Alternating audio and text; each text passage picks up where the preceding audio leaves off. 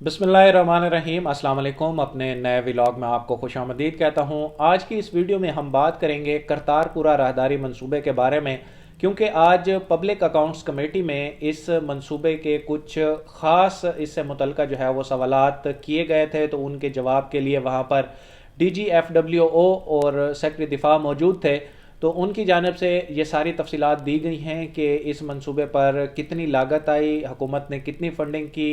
क्या इस मंसूबे के लिए कोई कर्ज़ भी लेना पड़ा, तो अब तक कितनी अदायगियाँ हो चुकी हैं और इस मंसूबे के दौरान क्या क्या मुश्किलात दरपेश आईं, वो सारी तफसीलात जो उन्होंने पब्लिक अकाउंट्स कमेटी में बताई हैं वो इस वीडियो में मैं आपके साथ शेयर करूंगा। और साथ ही साथ नूर आलम खान और ख्वाजा आसिफ की जानिब से कुछ सवालात, सख्त सवालात जो है और सख्त रिमार्क्स भी इस मीटिंग के दौरान सामने आए हैं, वो क्या हैं वो भी इस वीडियो में डिटेल्स आपके सामने रखूंगा। सबसे पहले बात कर लेते हैं करतारपुरा राहदारी मंसूबे की, क्योंकि जब ये मंसूबा 2019 में वज़ीर आज़म इमरान खान ने इसका इफ्तिताह किया था, पूरी दुनिया में धूम मची थी। और ख़ासकर जो सिख बरादरी है वो चाहे जहाँ भी रहते हैं, कनाडा में, यूके में, यूएस में, इवन भारत में, सब ने जो है इस पर खुशी के शादियाने बजाए थे कि अब उनको ईज़िली एक्सेस हो जाएगी इस गुरुद्वारे तक, करतारपुरा तक। तो इसलिए जो है वो एक ख़ास बड़े लेवल का, हाई लेवल का वफ़द भी इसकी इफ्तिताई तकरीब में शरीक हुआ था, जिसमें सनी देओल, साबिक वज़ीर आज़म मनमोहन सिंह, उस वक्त के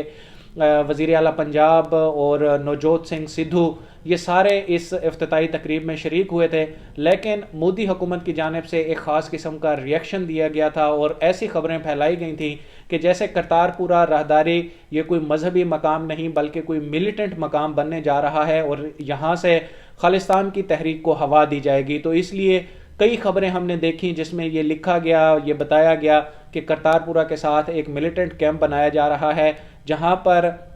भारतीय पंजाब से जाने वाले सिखों को जो है वो ट्रेनिंग दी जाएगी और फिर वो वापस आकर खालिस्तान तहरीक के लिए काम करेंगे। लेकिन ये सारी खबरें प्रोपेगेंडा थी। पाकिस्तान ने एक अच्छी नीयत के साथ और एक गुडविल जेस्चर के साथ जो है इस सारे मंसूबे को मुकम्मल किया। इवन कि उस वक्त कश्मीर में ये जो आर्टिकल में तरमीम का मामला था वो भी हो चुका था, लेकिन इसके बावजूद हुकूमत की जानिब से इस मंसूबे को, करतारपुरा मंसूबे को नहीं रोका गया, इसको जारी रखा गया, इसको मुकम्मल किया गया। और यही बात आज सेक्रेटरी दिफा हिलाल हुसैन ने भी यहाँ पर पब्लिक अकाउंट कमेटी में बताई है कि भारत करतारपुरा मंसूबे को किसी सूरत जो है वो मुकम्मल होता नहीं देखना चाहता था। वो चाहता था कि इस मंसूबे को नाकाम बनाया जाए, ये मंसूबा मुकम्मल ना हो, लेकिन सारी मुश्किलात के बावजूद इस मंसूबे को मुकम्मल किया गया है। और DGFWO ने अपनी ब्रीफिंग में पार्लियामेंटेरियंस को, PAC के अरकान को ये बताया है कि करतारपुरा मंसूबा 10 माह की रिकॉर्ड मुद्दत में मुकम्मल किया गया है और इस मंसूबे पर मुकम्मल 16 अरब 54 करोड़ रुपए की लागत आई है। और हुकूमत की जानिब से फंड्स के अजरा में ताख़ीर के बायस बैंक से भी कर्जा लेना पड़ा था उन्हें, और क्योंकि एक शॉर्ट लिमिट थी और ये कहा गया था कि जो 550वीं गुरु नानक की तकरीबात थी उस वक्त तक जो है इस मंसूबे को मुकम्मल करना था, तो इसलिए FWO ने दीगर मंसूबों के फंड्स करतारपुरा राहदारी मंसूबे पर मुंतकिल किए। और यही वजह है कि करतारपुरा मंसूबा की वजह से बाज़ दीगर मंसूबे मुतासर हुए, क्योंकि हुकूमत की जानिब से फ़ंड्स में ताख़ीर की गई थी। और इसी में ही आगे चल के उन्होंने बताया है कि मंसूबा मुकम्मल होने के बाद हुकूमत की जानिब से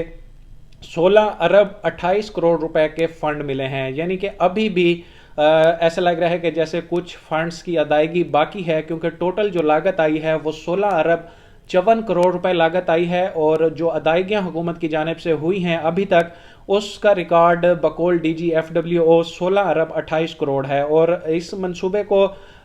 फिर मज़ीद उन्होंने डिटेल्स बताई कि मंसूबे का संग बुनियाद 28 नवंबर 2018 को रखा गया और इसका इफ्तिताह वज़ीर आज़म इमरान खान ने 9 नवंबर 2019 को किया है। एक और कामयाबी गिनवाते हुए DGFWO ने बताया कि दरियाए रावी पर 800 मीटर तवील पुल भी रिकॉर्ड 6 माह की मुद्दत में जो है वो मुकम्मल किया गया है। अगस्त 2019 में सिलाब के बायस इस मंसूबे में कुछ काम जो है वो मुतासर भी हुआ था, ये बताया गया है ब्रीफिंग में। इसके बाद PAC की रुकन है शाहिदा अख्तर, उन्होंने ये सवाल उठाया और ये तजवीज़ पेश की, सिफारिश की कि करतारपुरा मंसूबा जो कि 1 साल में मुकम्मल हुआ है, 1 साल से भी कम अरसे में, اس کا خصوصی آڈٹ ہونا چاہیے، اور ساتھ ہی ساتھ انہوں نے یہ بھی کہا کہ اگر ایک میگا پروجیکٹ ایک سال میں مکمل ہوا تو دیگر منصوبے بھی مکمل ہو سکتے ہیں۔ اس پر وزارت دفاع کے حکام کی جانب سے اس پیشکش کو قبول کیا گیا، اور انہوں نے کہا کہ کوئی بھی ادارہ کرتارپورہ منصوبے کا تکنیکی آڈٹ کر سکتا ہے، لیکن D G F W O کے مطابق اس منصوبے کا خصوصی آڈٹ پہلے ہی ہو چکا ہے، اور انہوں نے کہا کہ ہم نے تو پیسے ادھار لے کر منصوبے پر کام کیا ہے، جو کہ پہلے میں نے ذکر کیا ہے کہ جب حکومت کی جانب سے فنڈز میں تاخیر ہوئی تو بینک سے قرضہ لے کر اور دوسرے منصوبوں کے جو فنڈز ہیں اس کو نکال کر اس منصوبے پر لگایا گیا۔ اب ایک اور بات کی جاتی ہے کہ جو موٹر وے ہے لاہور سے اسلام آباد تک، اسلام آباد لاہور جو روٹ ہے، یہاں پر جو ٹیکس ہے، جو ٹول ٹیکس ہے وہ ہر وقت بڑھتا رہتا ہے، اس میں کئی گنا اضافہ کیا جاتا ہے۔ تو اس حوالے سے نور عالم خان کی جانب سے سوالات کیے گئے ہیں اور کہا گیا ہے کہ ایف ڈبلیو او کا کام تو فوج کے مفادات کا خیال رکھنا ہے، تو پھر یہ فوج سے باہر والے منصوبے پر کس قانون کے تحت آپ کام کر رہے ہیں؟ پھر نور عالم خان نے یہ بھی کہا کہ ایف ڈبلیو او کا عملہ ٹول پلازوں پر لوگوں سے بدتمیزی کرتا ہے، اور ایف ڈبلیو او نے گوادر میں جو سڑکیں بنائی ہیں وہ انتہائی خراب ہیں۔ ٹول پلازے پر بھی انہوں نے بات کی کہ ٹول پلازے پر اپنی مرضی کے مطابق ریٹ اور ٹول بڑھایا جاتا ہے، اور میں نے کبھی M1 اور M2 پر M1 اور M2 یہ جو پشاور سے لے کے اسلام آباد تک ہے، پھر اسلام آباد سے آگے لاہور تک جو موٹر وے ہے اس کے بارے میں انہوں نے کہا کہ میں نے کبھی M1 اور M2 پر کوئی کھڈا نہیں دیکھا تھا، لیکن اب دونوں موٹر ویز پر کھڈے بنے ہیں۔ یہ چیزیں کیسے ہو رہی ہیں، کیا ہو رہا ہے؟ یہ عوام کا پیسہ ہے، ہم نے ایک ایک پیسے کا حساب لینا ہے۔ جب نور عالم خان جو ہے وہ اپنی بات مکمل کر چکے تھے تو اس کے بعد خواجہ آصف نے تھوڑی اپنی بڑھاس نکالی، کچھ انہوں نے بھی سوالات کیے، کیونکہ وزیر اعظم عمران خان اور ان کی ساری حکومت جو ہے وہ سیالکوٹ موٹر وے کا بڑا کریڈٹ لیتی ہے کہ ہم نے کم قیمت میں سستے داموں جو ہے یہ موٹر وے بنائی ہے۔ تو اس پر وہ کہہ رہے ہیں کہ جی سیالکوٹ موٹر وے، خواجہ آصف کے یہ ریمارکس تھے کہ سیالکوٹ موٹر وے بھی انتہائی سب سٹینڈرڈ سڑک بنائی گئی ہے، اور اگر ڈی جی ایف ڈبلیو خود اس سڑک پر چکر لگائیں تو پتہ چل جائے گا کہ وہاں پر کس قسم کے مٹیریل کا استعمال کیا گیا ہے۔ یہ کچھ ڈیٹیلز تھی جو کہ کرتارپورہ راہداری سے جڑی ہوئی تھیں، کیونکہ آج پبلک اکاؤنٹ کمیٹی میں اس پر بات کی گئی، اور آپ کو پتہ ہے کہ پبلک اکاؤنٹ کمیٹی کتنا اہم فورم ہے۔ یہاں پر جتنی بھی سرکاری پروجیکٹس ہوتے ہیں، بڑے بڑے اداروں کے آڈٹس ہوتے ہیں، اسی کمیٹی میں جو ہے وہ ساری رپورٹس پیش کی جاتی ہیں، اور وہاں پر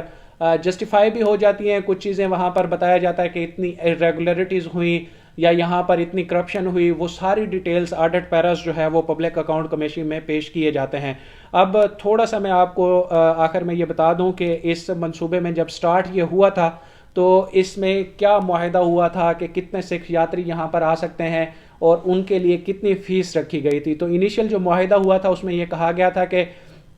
5000 سکھ یاتری وہ انفرادی طور پر یا گروپ کی شکل میں پیدل یا سواری کی صورت میں روزانہ صبح سے شام تک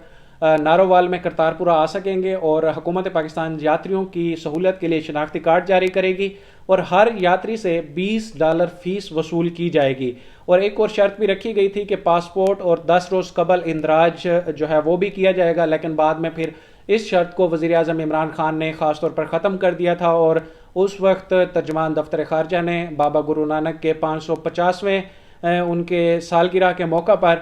یہ سارا جو ہے اس کی انہوں نے تصدیق کی، اور پھر کہا کہ اب یہ جو 10 روز قبل رجسٹریشن کی شرط ہے یہ ختم کی جاتی ہے، اور روزانہ جو ہے کوئی بھی آ کر وہاں پر فیس دے کر